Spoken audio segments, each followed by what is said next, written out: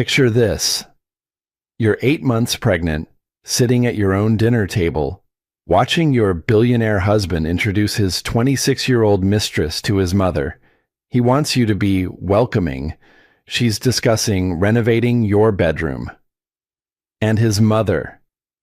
She's about to deliver the most savage revenge in family history. This isn't just about cheating. This is about a tech mogul who thought he owned everything, including the women in his life. He was dead wrong. What happened next destroyed a $2.8 billion empire and created a new dynasty led by the woman he tried to discard.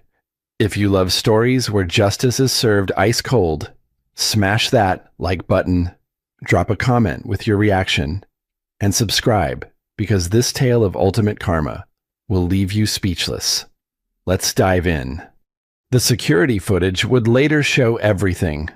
Madison Wells strutting up the marble steps of the Richmond mansion in her crimson designer dress, while 8 months pregnant Sarah Mitchell watched from the bedroom window above, one hand pressed against the glass, the other cradling her swollen belly. This is the night everything changed. But to understand how Sarah went from tech executive to discarded wife to ultimate victor, we need to go back 3 months. The Richmond mansion perched on Malibu's most exclusive cliff, a testament to new money meeting old power. Glass walls offered panoramic views of the Pacific, while the interior screamed Silicon Valley success. David Richmond had built his artificial intelligence empire from a Stanford dorm room, and at 35, the company's recent $2.8 billion public offering had made him one of America's youngest tech billionaires. Sarah had been his chief marketing officer when they met. Brilliant, driven, and undeniably beautiful, she had transformed Richmond Tech's public image from nerdy startup to lifestyle brand. Their wedding 3 years ago graced the covers of Fortune and Vogue simultaneously. But fairy tales have expiration dates. The pregnancy had been planned, celebrated with champagne toasts and nursery designs. David had seemed thrilled during those first magical weeks, his hands constantly finding her still flat stomach, whispering about their future family dynasty. Then something shifted. It started subtly. Phone calls taken in other rooms. Weekend trips to quote-unquote urgent investor meetings. The man who once couldn't keep his hands off her now treated her like fragile cargo, more obligation than desire. Sarah first suspected something was wrong when she found the Tiffany receipt, $2,000 for a tennis bracelet she had never received. When she asked David about it, he claimed it was for his assistant's birthday. His assistant was a 57-year-old man named Robert. The Instagram discovery came by accident. Sarah was researching influencer partnerships for a campaign when she stumbled across Madison Wells's profile. 26 years old, blonde, and devastatingly beautiful. Madison documented her luxury lifestyle for 300,000 followers. Her mess bags, private jets, 5-star restaurants, and in the background of several recent posts, Sarah recognized a familiar figure, David's distinctive profile, his custom Patek Philippe watch, even his lucky Stanford class ring. The photos were carefully cropped, but Sarah knew. A woman doesn't spend 7 years with a man without memorizing every detail of his appearance. That night, she confronted him in their bedroom, overlooking the twinkling lights of the coast. "Who is Madison Wells?" she asked, her voice steady despite her racing heart. David barely looked up from his laptop. "Never heard of her." "Why, she's been posting photos from your business trips." "Sarah, you're being paranoid.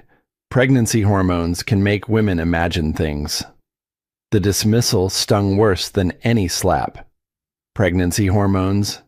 David, I'm not crazy. I saw the photos." "You saw coincidences. Los Angeles is a small town for people in our circles." He finally closed the laptop, his expression shifting to concerned husband mode. "Honey, I need you to focus on staying healthy for our baby. This stress isn't good for either of you." The gaslighting was masterful. By the end of the conversation, Sarah found herself apologizing for bringing it up, but the doubts had taken root. 2 weeks later, Sarah made a discovery that shattered any remaining illusions. She had been looking for their insurance documents in David's home office when she found the hotel receipts. Not just one or two, but dozens, spanning the past 4 months. The Four Seasons, Chicago. The Ritz-Carlton, San Francisco. The St. Regis, New York. All charged to David's personal American Express. Each receipt showed the same pattern luxury suites, room service for 2, late checkout times. Sarah's hands trembled as she photographed each receipt with her phone. The dates matched perfectly with David's claimed business trips.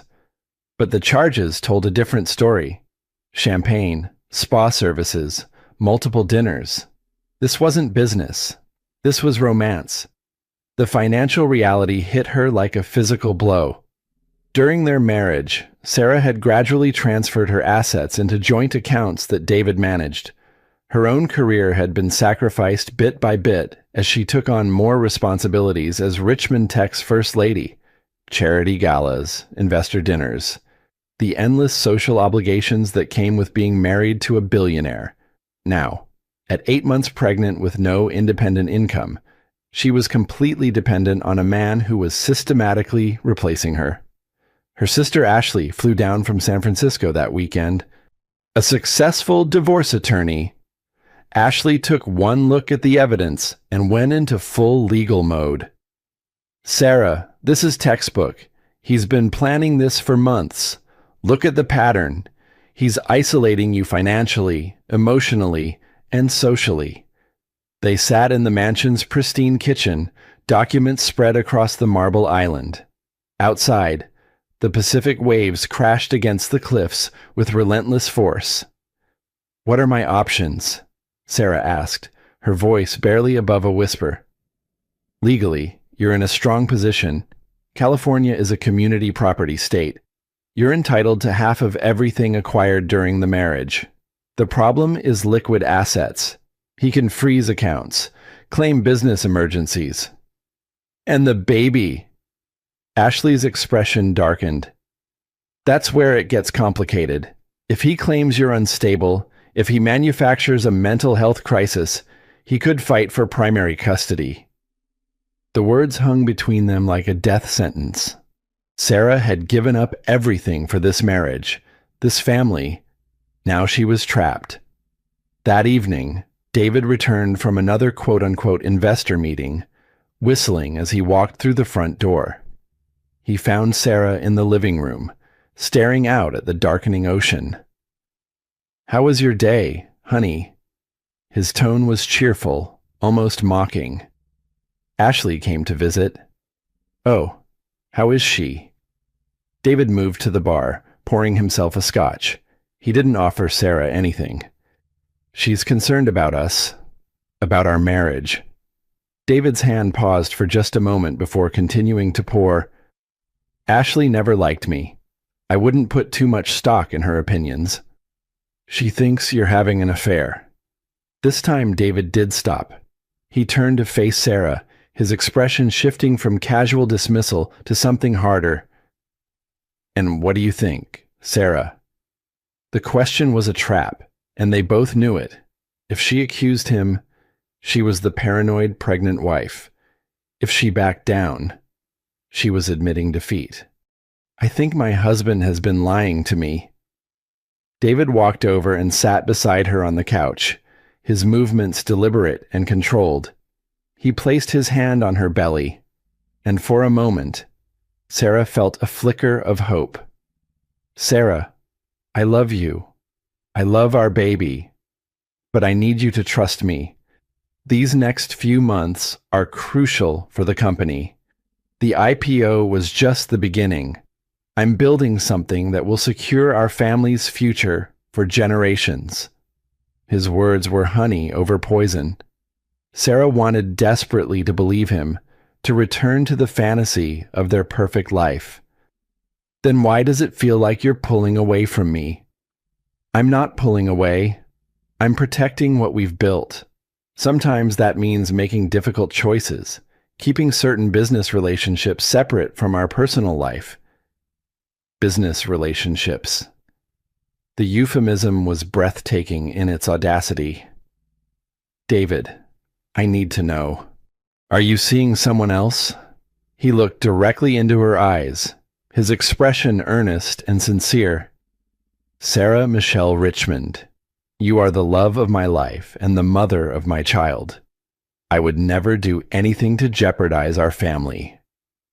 It was a masterful non-answer, technically truthful while completely misleading. And in that moment, Sarah realized her husband wasn't just unfaithful. He was a skilled manipulator who had been playing her for months. The worst part, she still loved him.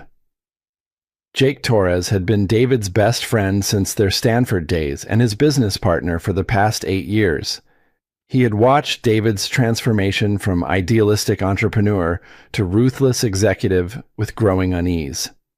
The affair with Madison Wells had been impossible to miss. David flaunted it during business trips, bringing her to investor meetings and introducing her as a quote-unquote social media consultant.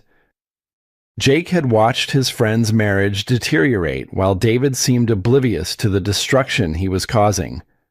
The breaking point came during a business dinner in San Francisco. David had brought Madison, of course, while Sarah remained in Malibu, too pregnant to travel. Jake watched Madison post Instagram stories from their table at the exclusive restaurant, tagging the location and making sure her 300,000 followers knew exactly where she was. "Doesn't this bother you?" Jake asked during a brief moment when Madison had excused herself. "What?" David seemed genuinely confused. "Your wife is 8 months pregnant and you're parading your mistress around San Francisco." David's expression hardened. "My personal life is my business. Jake, Sarah understands the demands of my position." "No, she doesn't. She has no idea what you're doing." "Sarah is focused on the baby, as she should be. I'm focused on building our empire." The casual dismissal of his pregnant wife was staggering. Jake realized his friend had become someone he barely recognized. That night, Jake made a decision that would change everything. He started documenting David's behavior, photos, videos, recordings of conversations.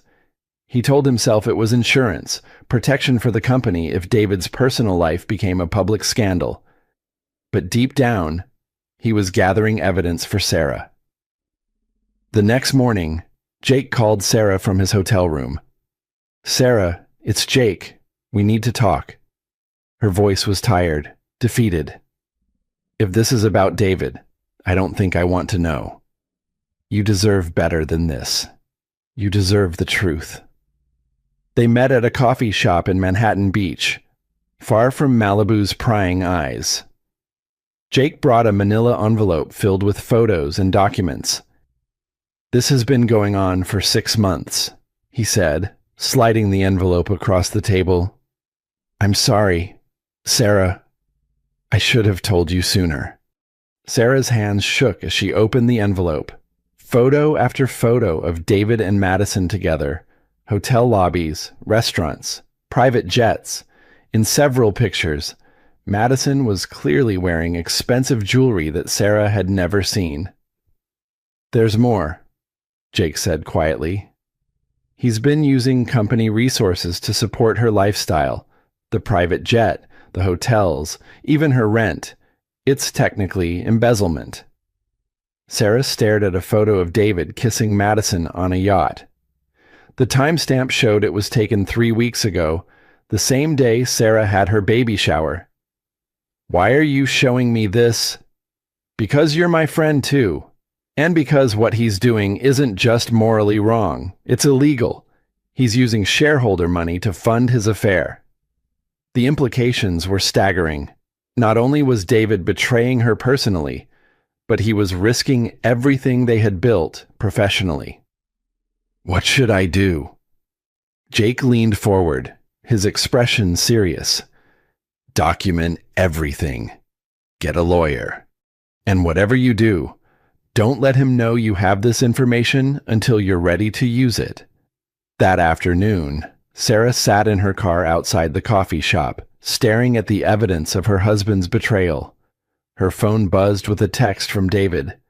Working late tonight. Don't wait up. Love you. The casual lie, delivered with a heart emoji, was almost funny in its audacity. Sarah made 2 phone calls. The first was to Ashley, asking her to come back to Los Angeles immediately.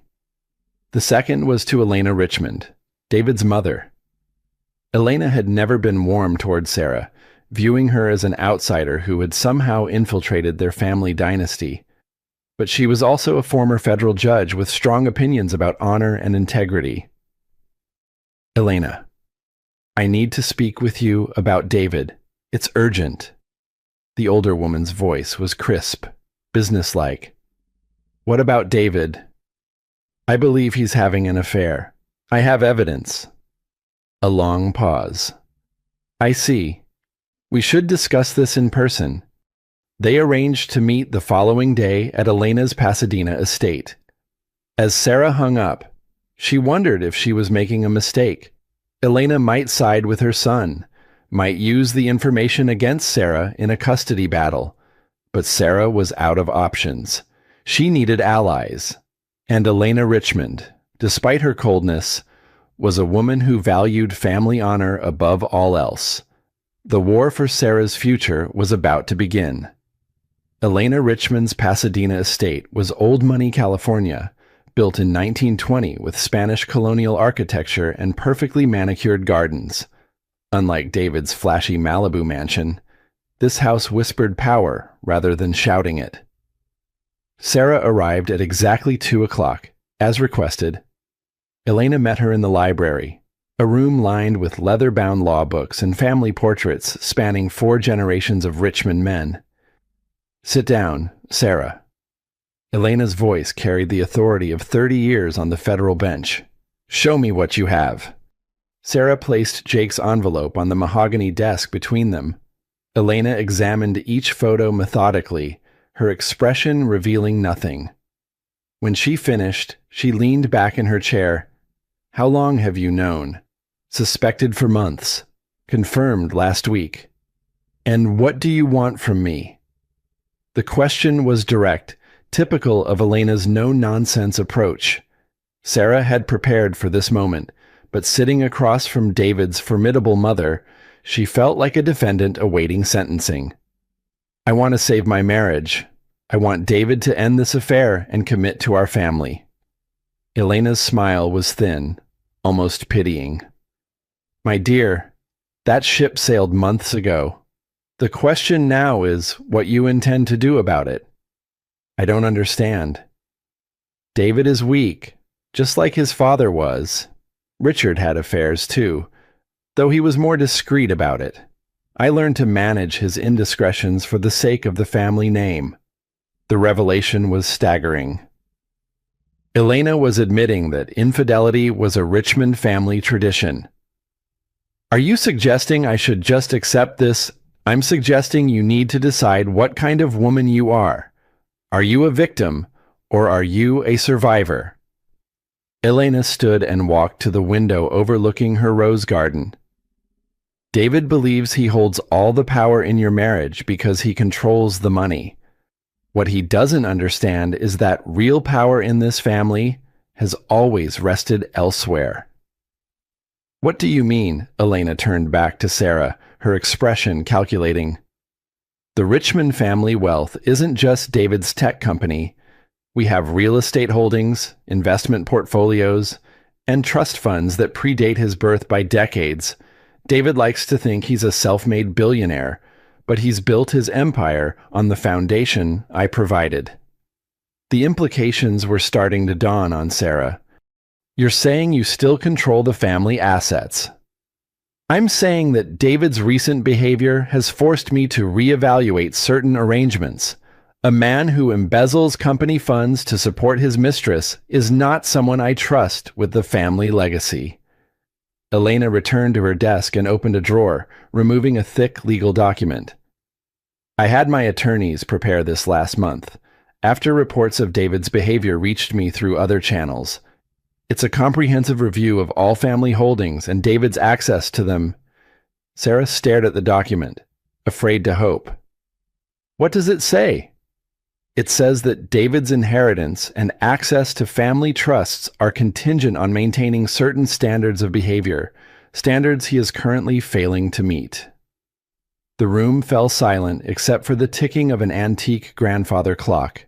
Sarah felt like she was standing at the edge of a cliff, about to make a leap that would change everything. What do you need from me? Elena's smile was sharp as a blade. I need you to be strong. I need you to stand up to him when the time comes. And I need you to trust me, even when it seems like I'm not on your side. Why would you help me? You've never liked me. You're right. I thought you were weak, unsuited for this family. I was wrong. A weak woman would have ignored the evidence, accepted the humiliation, and played the role of grateful victim.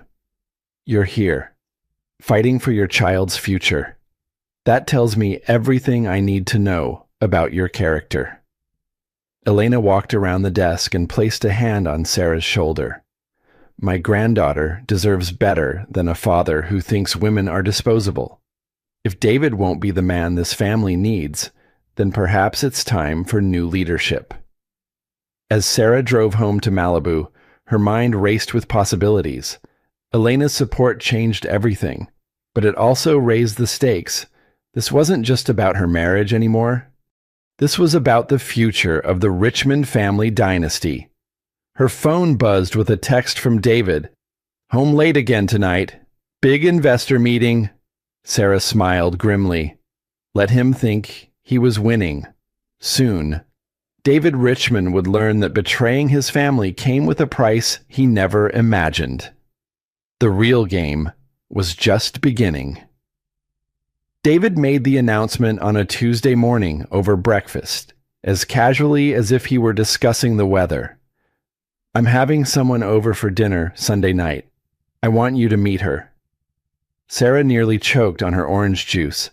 They were sitting in their glass-walled breakfast nook, the Pacific Ocean stretching endlessly beyond the windows.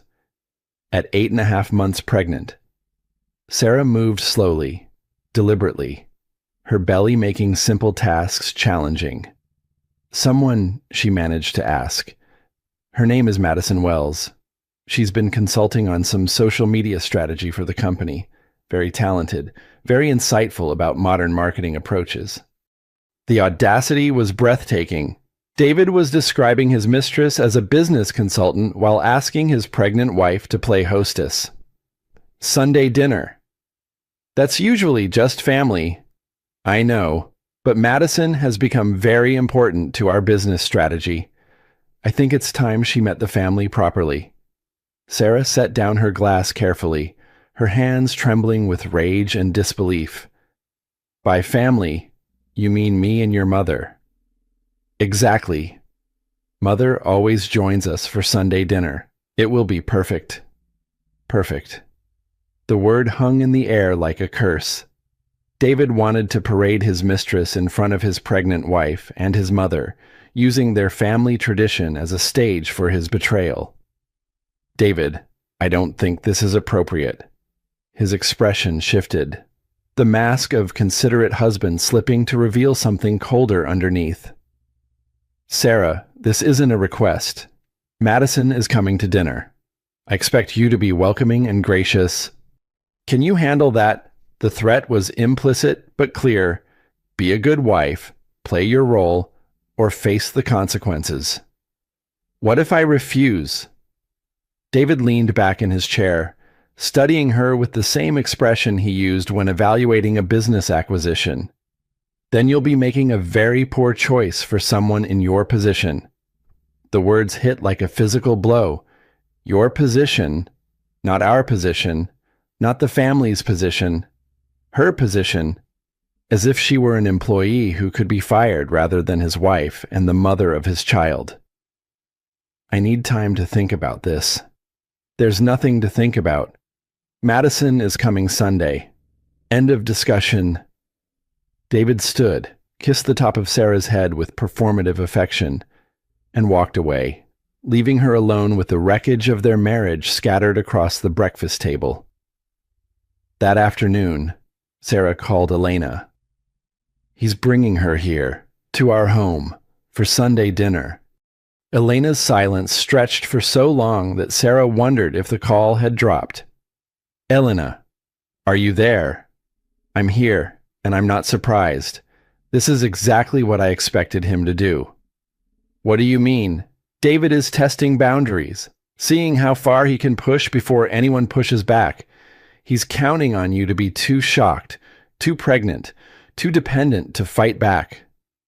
Maybe I should just leave, pack a bag, and go stay with Ashley until the baby comes. No. Elena's voice was sharp. That's exactly what he wants. If you run, you're abandoning your territory. You're admitting defeat before the real battle begins. Then what should I do? You should attend dinner.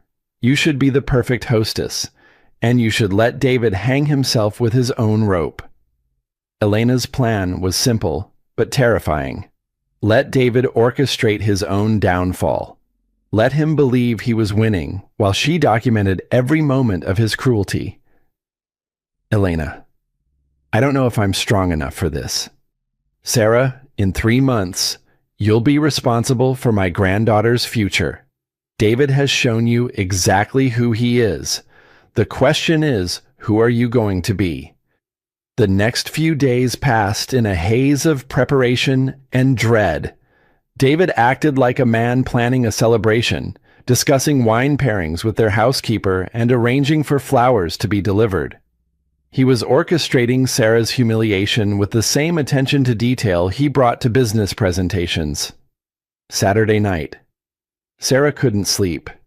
She lay in bed next to David, listening to his peaceful breathing, wondering how she had married a stranger. When had the man she loved become someone capable of such calculated cruelty? Her phone buzzed with a text from Ashley. Are you sure about this? It's not too late to change your mind. Sarah typed back, I'm staying. Some battles have to be fought. Sunday morning dawned clear and beautiful, the kind of perfect California day that belonged in postcards. Sarah spent the morning getting ready, choosing her outfit carefully, a flowing navy dress that accommodated her pregnancy while maintaining her dignity, simple jewelry, understated makeup. She wanted to look like what she was, the lady of the house. At 6:30, the doorbell rang. Sarah heard David's footsteps in the hallway, his voice bright with anticipation. Madison, you look absolutely stunning. From her position on the living room couch, Sarah could see them in the foyer. Madison Wells was even more beautiful in person than in her Instagram photos. Tall, blonde, perfect in the way that only came from excellent genetics and expensive maintenance. She wore a red dress that was clearly designer, probably costing more than most people's monthly salary. David, darling, this house is incredible. Madison's voice carried clearly through the open space. The views are just breathtaking. Wait until you see the sunset from the dining room. It's magical. They were speaking as if Sarah didn't exist, as if this were Madison's first visit to what would soon be her new home. Sarah placed her hands on her belly, feeling her daughter's strong kicks. Whatever happened tonight, she would fight for this child's future. She would not let David destroy their family without a battle. The war had officially begun. Elena arrived at exactly 7 o'clock, as she had every Sunday for the past 3 years. But tonight, her usual composed demeanor carried an undercurrent of steel that made Sarah's breath catch. Sarah, dear. Elena's kiss on the cheek was warmer than usual. You look lovely. Thank you for coming. I wouldn't miss it.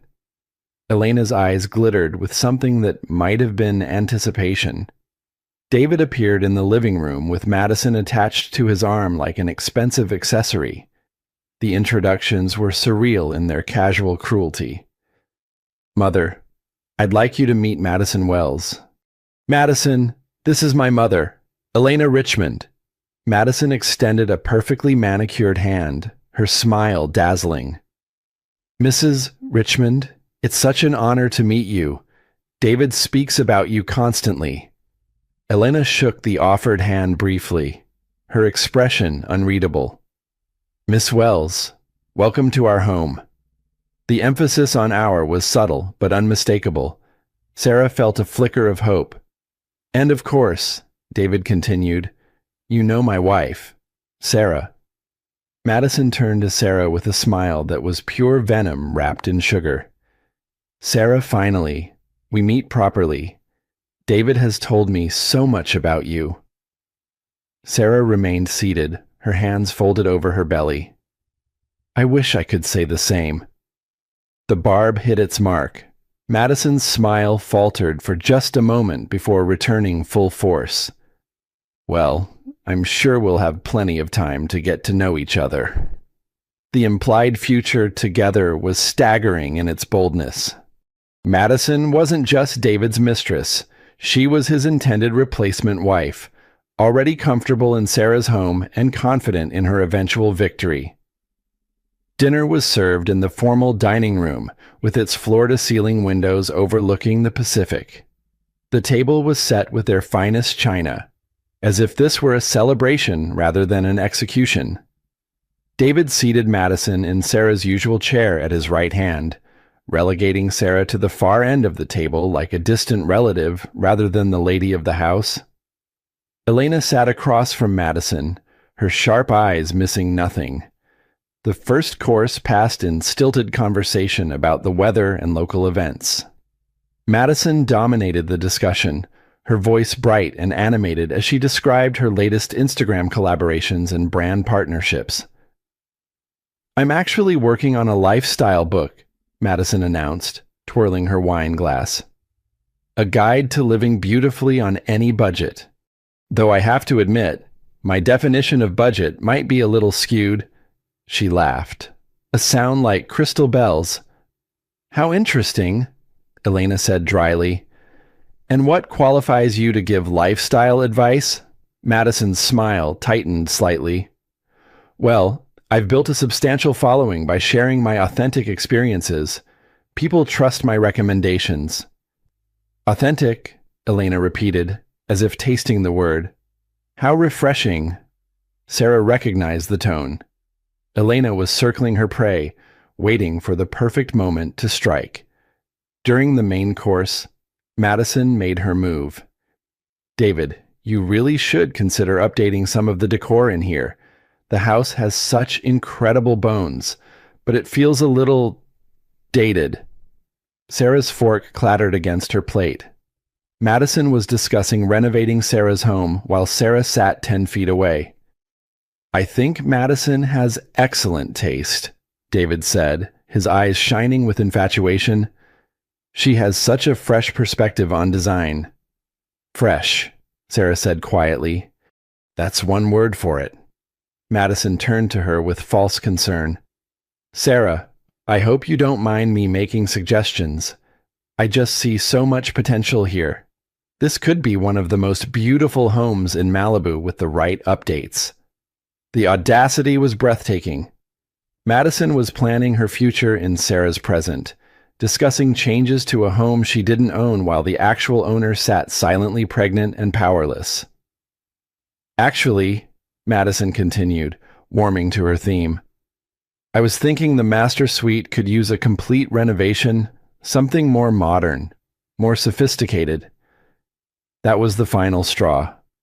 Sarah started to push back from the table, her composure finally cracking, but Elena's voice cut through the tension like a knife. "Miss Wells, before you start planning renovations, perhaps you should understand exactly whose home you're in." The temperature in the room seemed to drop 10 degrees. David frowned, sensing danger but not understanding its source. "Mother, what do you mean?" Elena set down her wine glass with deliberate precision. I mean, David, that your assumptions about property ownership might be somewhat inaccurate. Sarah felt her heart stop. Elena was going off script, abandoning their plan to document David's behavior in favor of immediate action. I don't understand, David said, his voice tight with the first hints of concern. Elena reached into her purse and withdrew a manila envelope. Perhaps this will clarify things. She slid the envelope across the table, not to David, but to Sarah. Open it, dear. With trembling hands, Sarah opened the envelope and pulled out a thick legal document. The letterhead belonged to one of Los Angeles' most prestigious law firms. As she read the first page, her vision blurred with shock. What is this? David demanded, his voice rising. Elena's smile was sharp as winter. It's a deed transfer, David.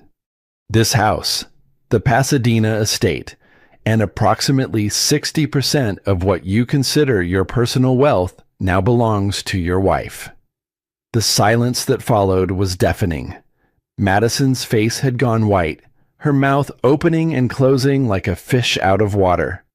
David stared at his mother as if she had spoken in a foreign language. That's impossible, he whispered. Is it? Did you really think I would let you destroy 4 generations of Richmond family honor for the sake of your midlife crisis? Elena stood, her presence filling the room. You want to talk about fresh perspectives, Miss Wells? Here's one you've attached yourself to a man who just lost everything. The reckoning had arrived 3 courses early.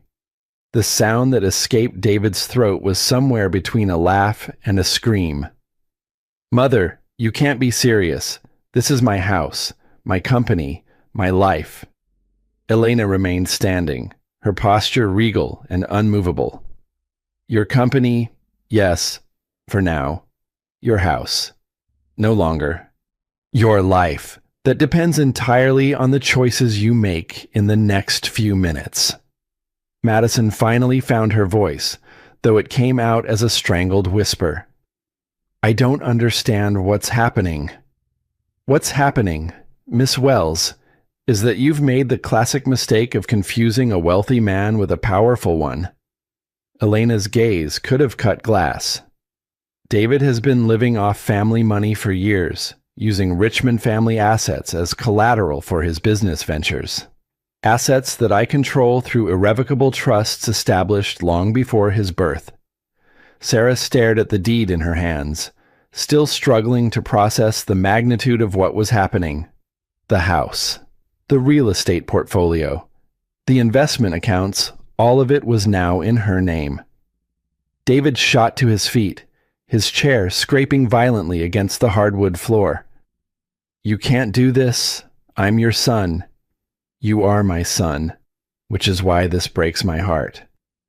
Elena's voice carried genuine sadness beneath the steel. But I will not allow you to destroy what your grandfather built because you've confused lust with love. This is about Madison, isn't it? You've never given her a chance. Elena laughed, a sound devoid of humor. David, this has nothing to do with Miss Wells specifically. This has to do with your character. You brought your pregnant wife to dinner with your mistress. You planned to humiliate the mother of your child in her own home. What kind of man does that? Madison was crying now, her perfect makeup running in black streams down her cheeks. David, tell them this is all a mistake. Tell them about our plans. Plans. Sarah spoke for the first time since Elena's revelation, her voice deadly quiet. What plans? David's face flushed red, caught between his mother's judgment and his mistress's expectations. Sarah, I was going to tell you. After the baby came, we could work out an arrangement. An arrangement! Sarah repeated the words as if they tasted bitter. Like a business deal. It would have been better for everyone. Clean, civilized. You could keep the baby. I'd make sure you were comfortable financially.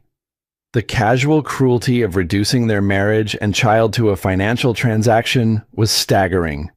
Sarah felt something break inside her chest, but it wasn't her heart.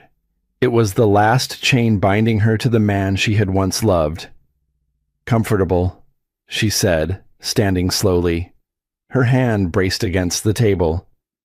"You were going to make me comfortable while you played house with your Instagram princess." Madison flinched at the description, but Sarah wasn't finished.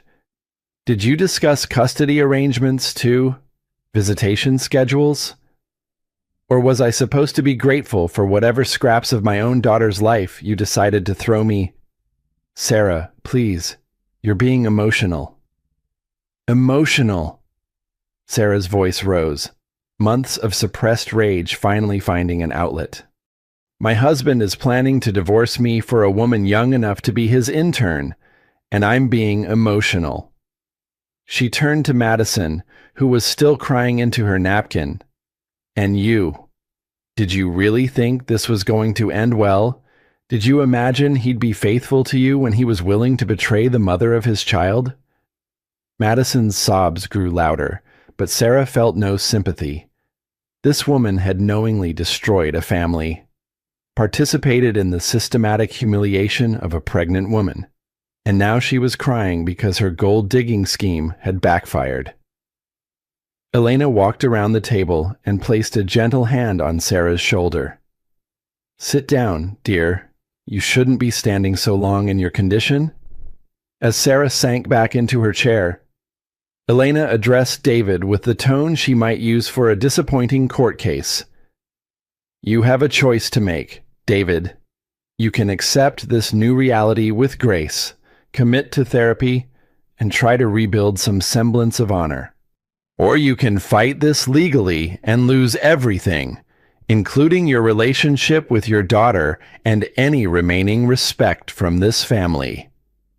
David looked around the room at his mother's implacable expression, at his pregnant wife's tears of rage and relief, at his mistress's complete breakdown, and seemed to finally understand the magnitude of his situation. "I need a lawyer," he said weakly. "You'll need several," Elena replied. "I'd recommend starting with a criminal attorney." "Criminal? Using corporate funds to support your affair constitutes embezzlement. David, my investigators have documented approximately $200,000 in company money spent on Miss Wells over the past 6 months. Hotel rooms, jewelry, travel expenses." Madison's head snapped up, her tears stopping abruptly. $200,000, David. You told me those were business expenses." The final betrayal was complete. David had lied to everyone, his wife, his mistress, his business partners, even himself. Elena's smile was thin but satisfied. "Miss Wells, I'd suggest you retain counsel as well. Conspiracy charges can be quite serious." As Madison stumbled toward the door, her designer heels clicking frantically against the floor, David made one last desperate play. "Mother, please, we can fix this. I made mistakes, but we're family." Elena's expression softened slightly, showing a glimpse of the mother beneath the judge. "David, you are my son, and I love you. But love doesn't mean enabling destruction. When you're ready to be the man your daughter deserves as a father, we can discuss your role in this family. Until then, I suggest you learn to live with the consequences of your choices." David looked at Sarah one final time, perhaps hoping for mercy or forgiveness. Instead, he found a woman he no longer recognized, someone stronger than the person he had systematically undermined and betrayed. "Goodbye, David," Sarah said quietly. "I hope you find whatever it was you were looking for." As the front door slammed behind them, Sarah and Elena sat in the sudden silence of the empty dining room. The untouched dessert course remained on the table, a sweet ending to the most bitter meal of Sarah's life. "What happens now?" Sarah asked. Elena poured herself another glass of wine, her composure never wavering. "Now, my dear, you learn to be free." The next 72 hours passed in a blur of legal meetings, phone calls, and the strange sensation of walking through someone else's life. Sarah moved through the mansion that was now legally hers, touching familiar objects that suddenly felt foreign: the baccarat crystal David had bought for their anniversary, the original Picasso sketch his father had left him, the Italian leather furniture chosen during their honeymoon in Tuscany. Everything was the same, yet everything had changed. Ashley arrived Monday morning with a team of lawyers, their briefcases and serious expressions transforming the living room into a war room. Papers spread across the coffee table like battle plans, custody agreements, restraining orders, corporate liability assessments. "Sarah, you need to understand the scope of what Elena has done," Ashley said, reviewing the deed transfer documents. "This isn't just about the house. You now control approximately $40 million in real estate and investment assets." The number was meaningless to Sarah. She had gone from wealthy to wealthy with better lawyers. But what mattered was the power dynamic. David could no longer threaten her with financial abandonment. What about his company? Richmond Tech remains his, but Elena's move was strategic. The family trust provided the initial capital and ongoing credit lines. Without that backing, David's company becomes significantly more vulnerable. Jake Torres arrived that afternoon, his expression grim as he delivered news from the corporate side. The board called an emergency meeting this morning. Word of David's personal situation has leaked, and several major investors are asking questions about company finances. Sarah poured tea in the kitchen while Jake outlined the business implications. "How bad is it?" "Bad enough. Using corporate funds for personal expenses is a serious violation of fiduciary duty. The SEC will likely launch an investigation, even if David avoids criminal charges. His reputation as a CEO is finished." The irony wasn't lost on Sarah. David had risked everything for an affair that was now destroying the very empire he thought made him untouchable. "Jake, why did you help me?" "You and David built that company together." Jake was quiet for a long moment, staring out at the ocean. "Because some things matter more than business partnerships. What he did to you was unforgivable. What he did to your daughter's future was unforgivable." That evening, Sarah sat in the nursery she had decorated months earlier, running her hands over the crib David had assembled with such enthusiasm during the early days of her pregnancy. The room was painted a soft yellow, gender-neutral, and filled with hope for their shared future. Now it felt like a shrine to naivety. Her phone buzzed with a text from an unknown number. The message was short and devastating. "This isn't over. You'll regret this." Sarah forwarded the message to her legal team and blocked the number, but the threat lingered in her mind. David was angry, humiliated, and now dangerous. A man who felt he had nothing left to lose was capable of anything. Elena called that night with updates from her own intelligence network. "David is staying at the Four Seasons downtown. He's been calling family friends, trying to drum up support for challenging the trust transfers. So far, no one wants to get involved.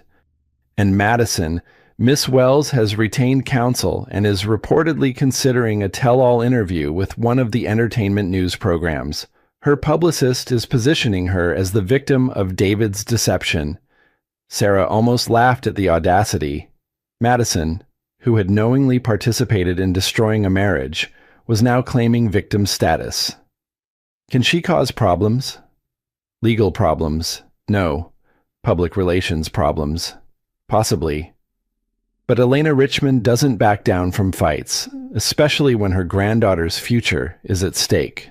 Wednesday morning brought the first contraction. Sarah was reading financial documents in bed when the pain hit. Sharp and unmistakable. She had been through false alarms before, but this felt different, urgent, demanding immediate attention. The drive to Cedars-Sinai took 20 minutes through Los Angeles traffic, with Elena behind the wheel and Ashley calling ahead to the medical team. Sarah breathed through the contractions, focusing on the one clear thought emerging from the chaos of the past week. Her daughter was coming into a different world than the one Sarah had planned. Not the perfect nuclear family Sarah had envisioned, but perhaps something better, a world where women protected each other, where strength mattered more than sentiment, where love was proven through actions rather than promises. Dr. Martinez met them at the emergency entrance, her calm professionalism immediately reassuring. "Sarah, how are you feeling?" "Like I'm ready to meet my daughter." Labor progressed quickly, as if her body was eager to finish what her life had started. Elena stayed by her side, holding her hand through the worst contractions and whispering encouragement that carried the weight of generations. "You're stronger than you know, Sarah. Stronger than David ever deserved." 8 hours later, Elena Rose Richmond entered the world at 6 pounds, 12 ounces, perfect fingers, perfect toes, and her father's dark hair paired with her mother's determined chin. As the nurse placed Elena in Sarah's arms, the magnitude of the past week crystallized into perfect clarity. This child would never wonder if she was wanted. She would never question her worth or accept treatment that diminished her dignity. She would grow up knowing that sometimes the greatest act of love is refusing to accept the unacceptable. "Hello, Elena," Sarah whispered, tears streaming down her face. "Welcome to your kingdom." Elena Richmond the elder stood at the foot of the hospital bed, watching her namesake with an expression of pure joy. "She's beautiful, Sarah. Absolutely beautiful. She is, isn't she?" As if summoned by destiny.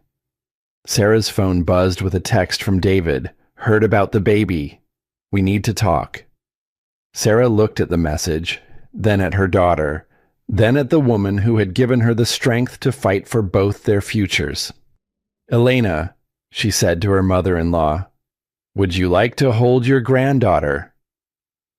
As Elena cradled the baby with expert grandmother hands, Sarah deleted David's message without responding. Some conversations could wait. Some battles were already won. And some women were born to be queens. 3 months later, Sarah stood in the redesigned nursery, watching Elena sleep in the afternoon sunlight streaming through windows that now felt like her own. The past months had been a whirlwind of legal proceedings, media attention, and the exhausting joy of new motherhood. David's attempts to challenge the trust transfers had failed spectacularly. His lawyers discovered what Elena had known all along. The documents were ironclad, drafted by the best legal minds in California and reviewed by federal judges who owed Elena favors from her decades on the bench. Richmond Tech's IPO had cratered under SEC investigation, with David ultimately resigning as CEO to avoid criminal prosecution. The golden boy of Silicon Valley had become a cautionary tale about hubris and betrayal, his face appearing on business magazine covers with headlines like "The Fall of a Tech Titan" and "When Success Corrupts." Madison Wells had indeed given her tell-all interview, painting herself as an innocent victim seduced by a powerful older man. The public response was less sympathetic than she had hoped. Social media users dissected her Instagram posts with forensic precision, finding evidence of her calculated pursuit of wealthy men stretching back years. Her follower count plummeted, brand partnerships evaporated, and the lifestyle book deal was quietly canceled. But Sarah found that she cared less about their downfall than she had expected. Revenge, it turned out, was less satisfying than simply being free. "She's growing so fast," Elena said, entering the nursery with a cup of tea. The older woman had become a constant presence in their lives, her relationship with Sarah evolving from dutiful politeness to genuine affection. She smiled at me this morning. A real smile, not just gas. Elena laughed. Settling into the rocking chair Sarah had moved from her own childhood bedroom. The Richmond women have always been early smilers. We know the power of charm. It was true. Little Elena was already showing signs of her grandmother's magnetic personality, capturing the attention of everyone from the pediatrician to the grocery store cashier with her bright eyes and ready grin. "I got a call from Jake today," Sarah said, adjusting the baby's blanket. "The board wants to offer me a consulting position with the new leadership team." "Are you interested?" Sarah considered the question. Richmond Tech represented her old life, the world she had inhabited as David's wife rather than her own person. But it also represented opportunity, a chance to rebuild something broken into something better. Maybe, not full-time, obviously, but Elena deserves to inherit something more than just real estate and investment accounts. She deserves a legacy she can be proud of.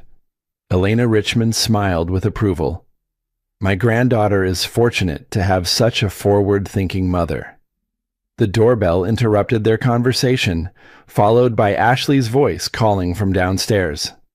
Sarah's sister had extended her stay indefinitely, claiming she needed a vacation from San Francisco's legal pressure cooker, but really wanting to help navigate Sarah's new reality. "Sarah, you have visitors. Downstairs." Sarah found an unexpected delegation in her living room. 5 women in professional attire, ranging in age from their 30s to their 60s, all with the unmistakable bearing of wealth and influence. "Mrs. Richmond," the eldest said, extending her hand. "I'm Catherine Morrison. I believe you know my story." Sarah's breath caught. Catherine Morrison's divorce from her tech billionaire husband 3 years earlier had been front-page news, a brutal battle that exposed financial fraud and resulted in criminal charges. Catherine had emerged victorious but scarred, becoming an advocate for women facing similar situations. "These are my colleagues," Catherine continued, gesturing to the other women. "We represent something of an informal network, women who have faced what you've faced, who understand the unique challenges of divorcing powerful men." Ashley appeared with coffee service, clearly having coordinated this meeting without Sarah's knowledge. "We're not here to recruit you for anything," another woman said. Her name was Jennifer Santos, and Sarah recognized her from business magazines as the CEO of a major pharmaceutical company. "We're here to offer support and share resources." Over the next hour, Sarah listened to stories that felt like variations of her own. Wealthy, powerful men who used financial control as a weapon, women who had been underestimated, dismissed, and ultimately victorious through intelligence and determination.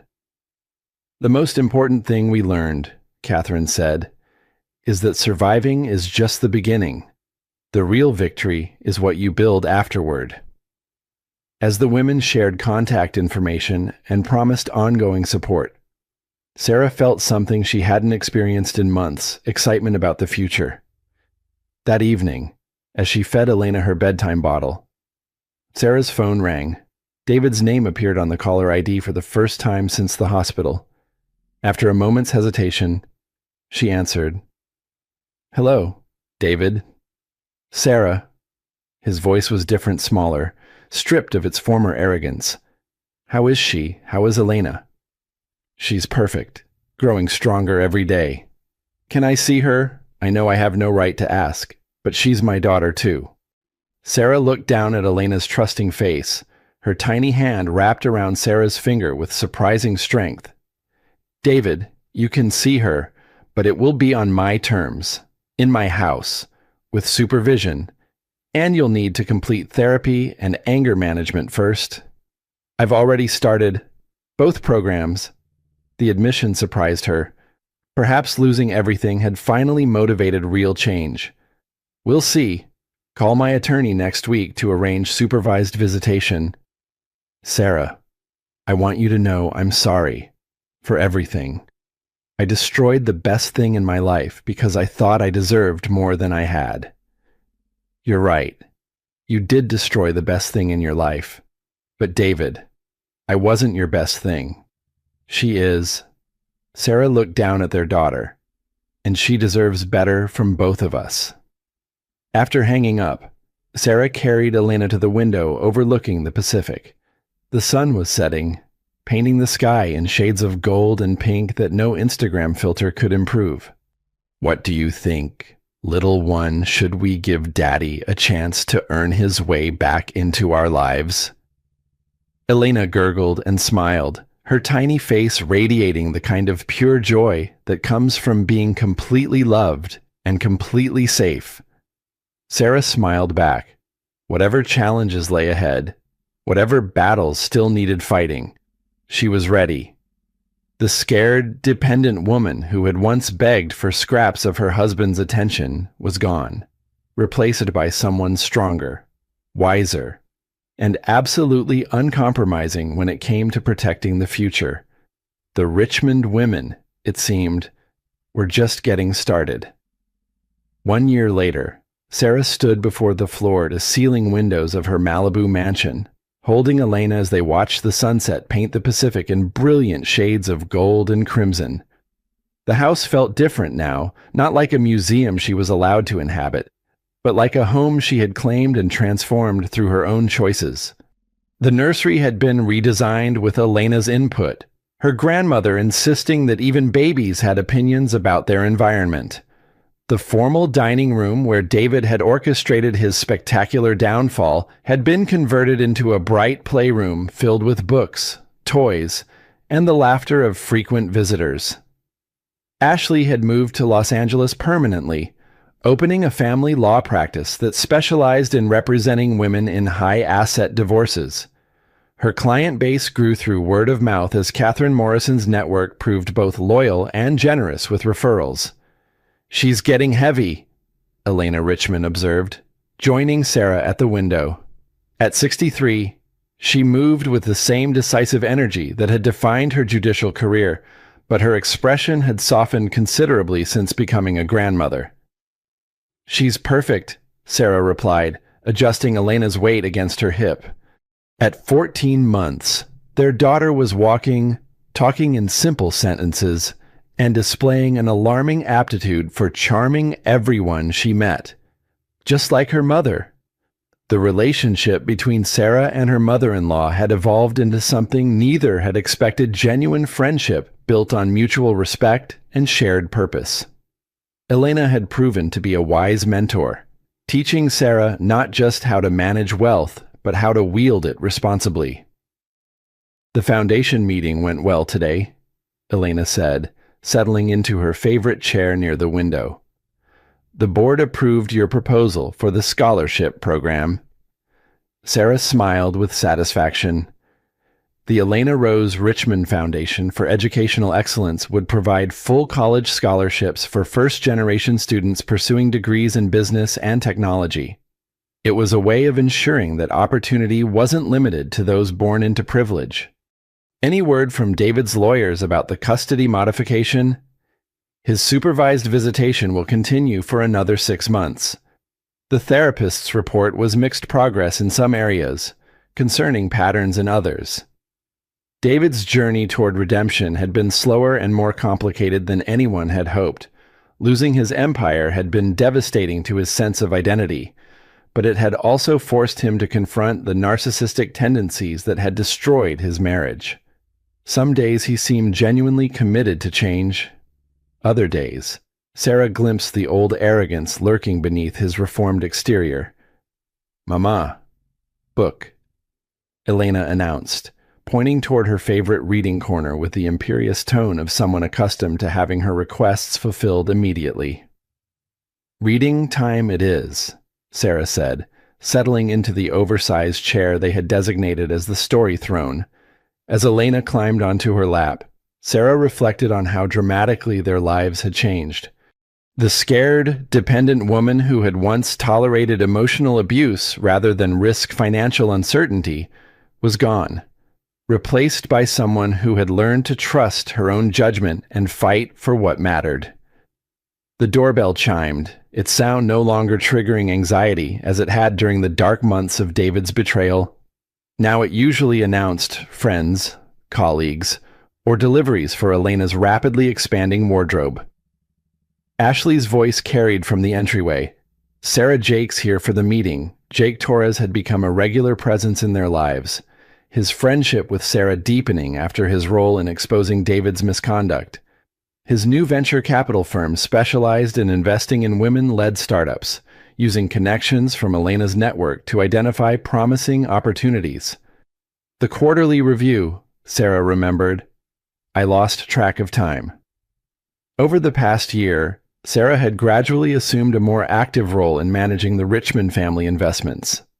What had started as necessity, someone needed to oversee the assets Elena had transferred, had evolved into genuine interest and aptitude for financial strategy. Elena, would you like to sit in on a business meeting? Sarah asked her daughter. You might learn something useful. Business. Elena clapped her hands enthusiastically, though she probably associated the word more with snacks than spreadsheets. In the dining room that had been converted to a conference space, Jake spread out portfolios and financial reports. Ashley joined them, her legal expertise crucial for understanding regulatory implications of various investment strategies. The tech portfolio is performing above projections, Jake said, highlighting several companies on his tablet. But I think we should consider diversifying into sustainable energy and biotechnology. What about the real estate holdings? Sarah asked, reviewing profit and loss statements with the fluency she had developed over months of intensive study. Strong performance across all markets. The commercial properties in downtown Los Angeles are particularly valuable given the urban development trends. Elena Richmond entered the room carrying a tea service, her movements graceful despite her age. How are our newest investments performing?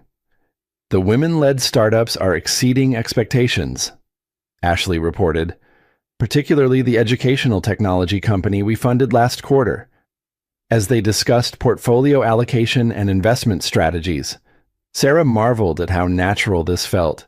A year ago, she had been a wife who signed documents without reading them, trusting her husband to manage their financial future. Now she was making decisions that affected dozens of employees and thousands of students who would benefit from scholarship programs. Little Elena had fallen asleep in her lap, worn out by the excitement of a business meeting. Sarah smoothed her daughter's dark hair, thinking about the world she was building for her to inherit. I have a proposal, Sarah said, setting down her coffee cup. I want to establish a venture capital fund specifically focused on supporting women leaving abusive relationships, not just financial support, but business mentorship, legal resources, career development. The room fell silent as the others absorbed the scope of what she was suggesting. Sarah, that's ambitious, Jake said carefully. The legal complexity alone would be enormous. So was divorcing a billionaire, Sarah replied, but we managed that successfully. Elena Richmond's smile was proud and sharp. What kind of initial funding are you considering? $50 million to start. We can grow it as we prove the concept. Ashley whistled softly. You're talking about creating an entire support ecosystem. Exactly. Catherine Morrison's network has shown me how many brilliant women are trapped in situations similar to what I faced. They have ideas, talents, and determination, but they lack resources and connections. Elena Richmond leaned forward, her expression intrigued. What would you call this fund? Sarah looked down at her sleeping daughter, thinking about the courage required to build something from nothing, to transform pain into purpose. The Phoenix Fund, because sometimes the most beautiful things rise from ashes. Jake began taking notes, already calculating operational requirements and regulatory frameworks. Ashley was mentally drafting legal structures. Elena Richmond was nodding with the satisfaction of someone whose mentorship had produced exactly the result she had hoped for. As the meeting continued and plans took shape, Sarah felt the same sense of purpose that had sustained her through the darkest months of her marriage's collapse. She was no longer just surviving David's betrayal, she was transforming it into something that would help other women not just survive, but thrive. The Pacific sunset painted the room in shades of gold and promise as four friends planned a revolution, while the next generation of Richmond women slept peacefully in her mother's arms, dreaming of a world where strength was inherited and courage was cultivated. Sometimes the greatest revenge was simply refusing to let betrayal define your future. Sometimes the best victory was building something so beautiful that your enemies became irrelevant. And sometimes, a woman scorned became a woman empowered, creating legacy that would outlast any man's empire. The crown, it turned out, had been Sarah's all along. She had just needed to learn she was worthy of wearing it.